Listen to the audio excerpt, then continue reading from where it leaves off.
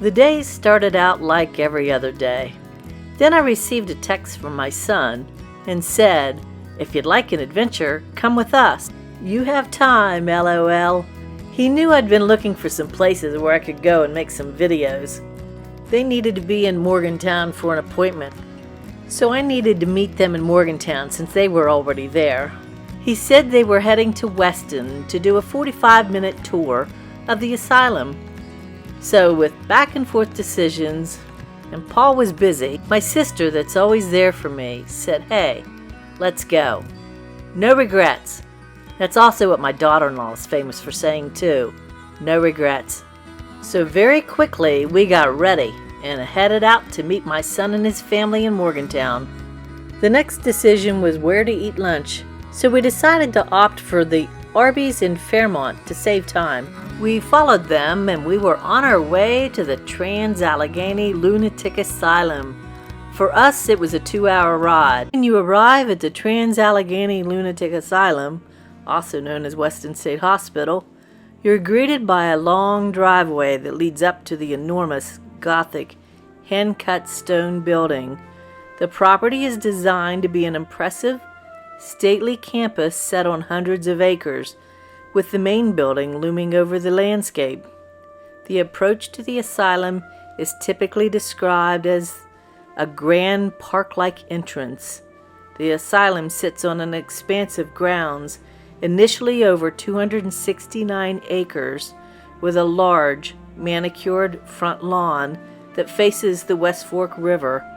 A wrought iron fence encloses the front yard. The asylum was built according to the Kirkbride plan, which emphasized fresh air, natural light, as part of the treatment for the mental illness.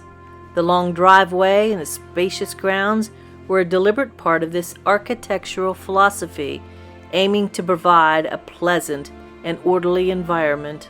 When we arrive, we find cars that have some really neat decals on them. There was a silver car that had Zombie Response Team on it, with blood red handprints and skeleton. I thought that was pretty cool. You don't see that every day. Then I kept wondering, who here drives this? Scott spotted a QR code on the back of a black pickup, so he scanned it to see what it went to. So then I got the idea I would make some QR codes. I had a couple stickers made up so I could put on the back of my vehicle too. I spoke with one of the other people that were on the tour too and asked if he was a YouTuber, so he pulled out a card and gave to me. I thought, well, that's pretty neat, so I made some cards. There's an information board that explains some of the different tours. We were so indecisive of what we wanted to do, so we picked one. First, we had to go in and register and sign waivers. My sister was like, "Oh my, why?" She read down through them. We quickly looked down through it and signed it. It's a little cheaper if you pay with cash as opposed to a credit card.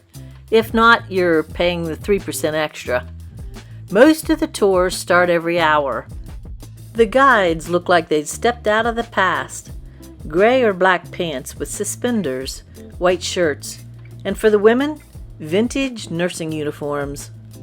We didn't have to wait very long for our tour guide to come. We ended up with a group of about 17 people, plus the tour guide.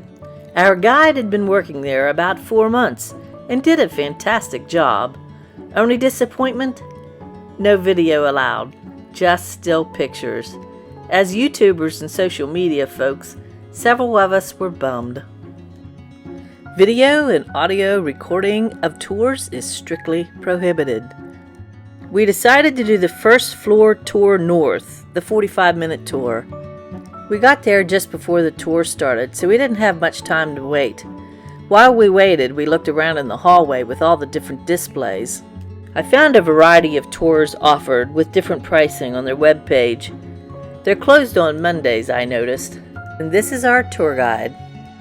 We walked through the north end, saw the maximum security and patient art therapy wing. We saw areas that haven't been restored. We stopped along the way, and our tour guide would describe different parts and what they were used for. Marlene and I only got scared once. We went through a dark hallway, and the tour guide was holding the door open, and I didn't really see him standing behind the door, and we jumped. We both jumped. He grinned and said, "I was just holding the door." The stories and history were interesting as we passed through from place to place. The nurses' station, where they would pass the meds through that little hole. The gates to block off certain areas. Beds in the maximum security with the cameras above the beds. These boxes held the security cameras back then. The rooms have large windows, peeling paint and plaster. The brick that was exposed underneath the plaster. You could look through the windows to see the outside. We made our way down the stairs to a lower level. We were walking down hallways, so there wasn't much time to stop and look around or look into rooms. I saw sinks of a bathroom, trees and grass through the hazy windows. The stories we were about to hear were shocking about what they used to do back then. We entered a big room with chairs. The tour guide described the guy that did lobotomies at the mental hospital, Dr. Walter Freeman. This hallway features a patient art therapy wing that's part of the historic tours. The artwork created by former patients is displayed to honor their history and offer insight into the mental health practices of the asylum's operational years of 1864 to 1994.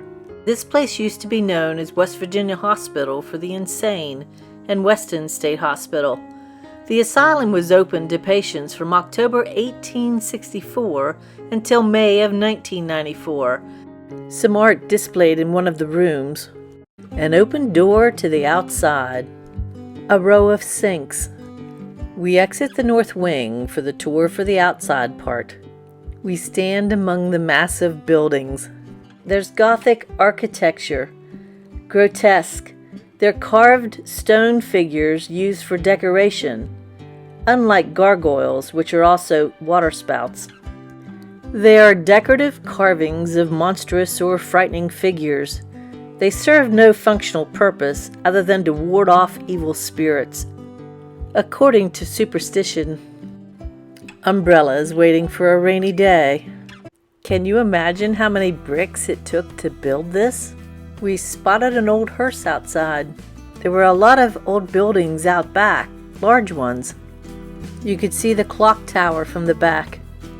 When we came out the end of the north building, he described the buildings outside. We walked along the sidewalk and got to look around at the old buildings. That was very interesting. There's a lot of ground and a lot of buildings.